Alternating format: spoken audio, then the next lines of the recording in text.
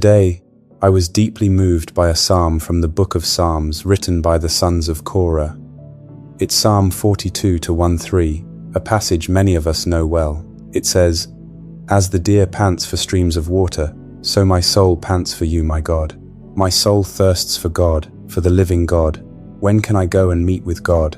My tears have been my food day and night, while people say to me all day long, 'Where is your God?'" The passion behind this psalmist's voice baffles and excites me at the same time. Passionately, he says, "My soul thirsts for God, for the living God." When was the last time you felt such thirst, such overflowing desire for the Lord? When was the last time a church service was more than a gathering? When was the last time you longed for His presence, when you longed for fellowship with Him? Enough of pretense today. We must be truthful with ourselves.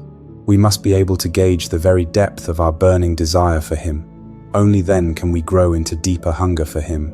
I believe that the greatest prayer we can pray for ourselves as believers is that our hunger for the Lord never dims. May it be ever burning. May our hearts always be on fire for Him, and may we hunger for even more of Him. This brings to mind some verses of Scripture in the book of Leviticus today. These verses talk about fire on an altar, fire that must never go out. Leviticus 6:12-13 says, "And the fire upon the altar shall be burning in it. It shall not be put out. And the priest shall burn wood on it every morning, and lay the burnt offering in order upon it. And he shall burn thereon the fat of the peace offerings. The fire shall ever be burning upon the altar. It shall never go out." See, in this picture, that altar is our hearts. We are the priests. And the wood we burn on that altar every morning is our desire, our love for the Lord, our times of fellowship in worship, prayer, and the Word. Those are our peace offerings that keep our hearts on fire continually. Those are the offerings that make us hunger for more of God. And the last line gives us an emphasis we must not miss. It repeats the very words that started the first verse as though issuing a warning. It says, "The fire shall ever be burning upon the altar. It shall never go out." And that is the big question today. How is the fire upon the altar of your heart? Is it still alive? Is it still burning? Is that fire vibrant? Do you feed that fire every day? A fire that is fed every day grows every day. When we feed the hunger in our hearts, when we stay with the Lord in our secret places daily, no matter what little time we spend, our fire grows. That means our desire for Him grows, our passion grows. But if we do not spend that time, if we do not make that commitment, that sacrifice to always seek the Lord, our fire dims, and God forbid, if the neglect is left for too long, it dies. I remember an account from the patriarch Moses' life. The Bible tells us that after Moses met with the Lord, the skin on his face shone. It was alive. The more the man Moses met with the Lord, the more he grew. Staying hungry for God each day goes beyond a prayer point. We can't just pray and be done with it. We must stay with Him. We must pay the price for being in His presence. I would say personally that it is a price of time. Anyone who will grow in hunger, any man who will grow in the Spirit, must have time for God. That person must make time for God. In this kingdom, time tells what we will become. The time we spend with Him matters. The Bible shows us some words from King David's personal life in Psalm 119 to 164. There the king said, "7 times a day I praise you for your righteous laws." Psalm 55 to 17 also captures some profound words. "Evening and morning and at noon will I pray and cry aloud, and He shall hear my voice." The Bible tells us of the habit of the apostles. We learn from Scripture, particularly the book of Acts, how they kept the hours of prayer, how they returned to their company to pray. As Acts 3:1 records, "Now Peter and John went up together to the temple at the hour of prayer, the 9th hour." We also have the record in Acts 4:23-24, where it was said of the apostles that, on their release, Peter and John went back to their own people and reported all that the chief priests and the elders had said to them. When they heard this, they raised their voices together in prayer to God. "Sovereign Lord," they said, "you made the heavens and the earth and the sea and everything in them." And then there was the man Daniel, known for saying prayers to God 3 times a day.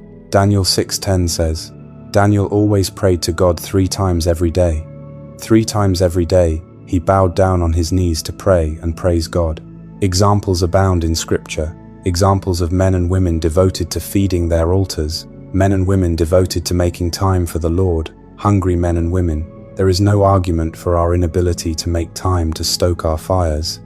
There are no arguments that work. We can't say it is a lack of time. Time can always be made if we want to make it. I'm sure David and Daniel were very busy men, even the apostles being in full-time ministry, but order was order, and the order of daily life as believers demands that we keep our altars burning, always burning, ever burning, so that our hearts will not grow cold.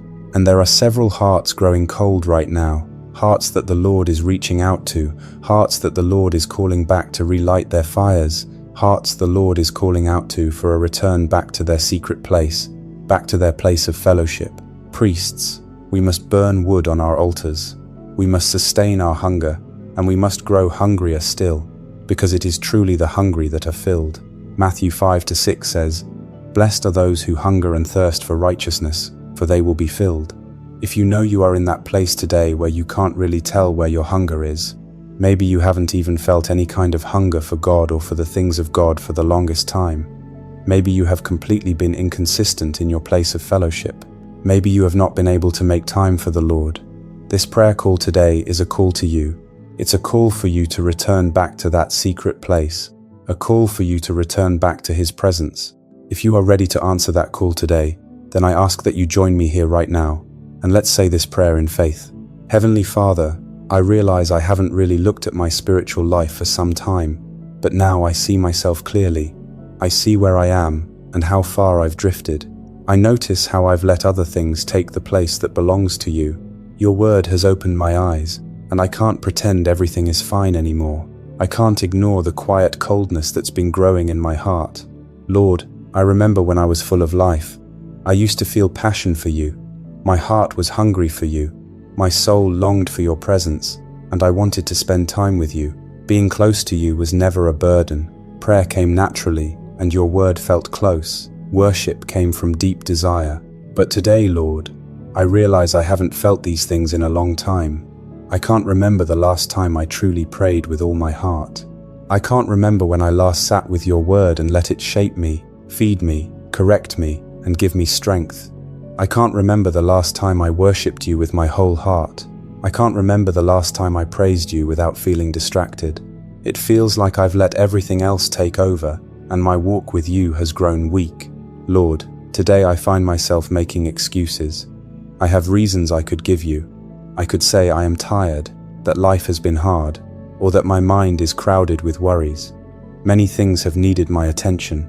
But deep down I know these excuses do not really explain why my faith feels weaker, or why I have let my passion for you fade. They cannot justify why I have grown comfortable without the deep hunger I once had for you. My heart feels cold, Lord. I have lost my fire. That is why I am coming to you now. I do not want to keep going like this. I do not want to drift any further. I do not want to wake up one day and realize I am so far from you that I do not even notice it. Lord, please help me stay close to you. Do not let me become numb. Do not let me take your presence for granted. Do not let me keep putting off my relationship with you. Heavenly Father, I ask you to restore me today.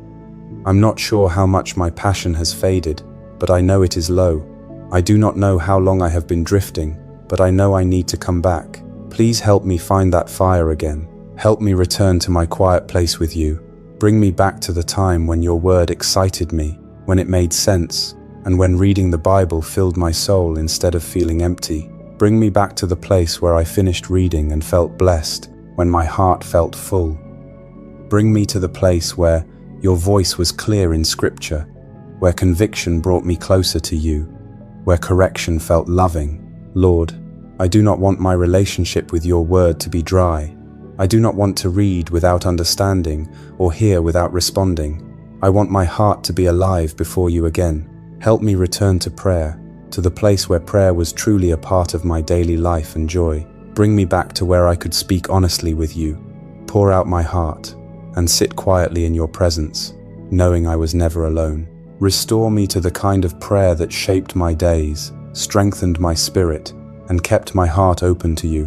Bring me back to worship, praise, and steady fellowship. Show me again how to lift my heart to you, even when I feel weak. Lord, I truly want my spiritual life restored. As you renew me today, give me the grace to keep seeking more of you. Let my desire for you keep growing. Do not let me fall back into old habits. Help me protect what you restore, and keep the fire you light in my heart. I pray for grace and wisdom to build habits that help me stay consistent. Let me keep filling my life with your word, and keep my daily prayer strong. Lord, help me manage my time and arrange my days so I can keep growing. Thank you for today. In Jesus' name, amen. I hope this prayer helps you return to the secret place, rebuild your prayer altar, and keep the fire of your love for God burning again. If you have any prayer requests, we would be honored to pray for you. May the peace of Jesus Christ be with you always.